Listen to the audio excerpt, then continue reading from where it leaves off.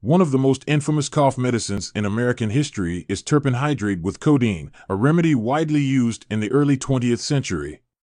Marketed as an effective cough suppressant, it became a household staple thanks to its potent formula. However, the medicine's key ingredient, codeine, an opioid, posed significant risks. While it did relieve coughs, it also carried the danger of addiction, leading many users to develop dependencies without fully understanding the consequences. As the decades passed, the darker side of this miracle cure became apparent. Cases of misuse and addiction skyrocketed, raising alarms about the widespread availability of opioid-based medicines. By the 1970s, amidst growing concerns over the opioid crisis, the FDA decided to ban the over-the-counter sale of Terpin Hydrate with codeine.